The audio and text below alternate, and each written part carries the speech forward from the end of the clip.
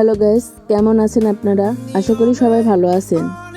এই যে আরিফুল ভাই আমার জন্য এই ছোট্ট একটা সারপ্রাইজ রাখছে। আমি বাড়ি আসবো বলে সে আমাকে আগে কল করে বলছে যে দিদি, আপনার জন্য একটা সারপ্রাইজ আছে, তো আপনি একটু কষ্ট করে দোকানে আসেন এবং এটা নিয়ে যান। এখানে আমার অনেক ভাই বলছিল যে দিদি, এটা তো অনেক সুন্দর হয়েছে, এটা কে করছে কাস্টমাইজ? তা আমি বললাম এটা আমার আর আরিফুল ভাইয়েরই প্ল্যান।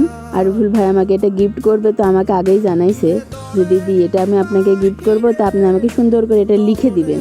তো এটা আমি আমার ইচ্ছাতেই ভাইকে লিখে দিছি, যে লেখাটা আপনারা অবশ্যই দেখতে পাচ্ছেন।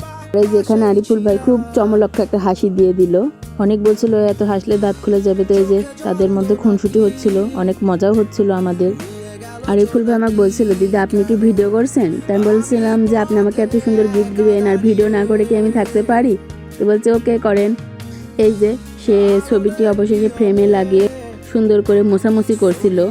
যে আর অনেক ভাই বলছিল যে আস্তে মুছেন, নাহলে এটা যদি ভেঙে যায় দিদি অনেক কষ্ট পাবে। ভাই মোছামুছি করছিল, মোছামুছি করার পর আমি বলছিলাম ভাই আপনি যেহেতু এটা আমাকে গিফট করছেন, সেহেতু এটার একটা স্মৃতি হিসাবে রেখে দেওয়া যাক। তো আপনি একটু দাঁড়ান, আমি এটার একটু ভিডিও ক্লিপ নিয়ে নিই। তো ভাই বলছিল আচ্ছা দিদি নেন।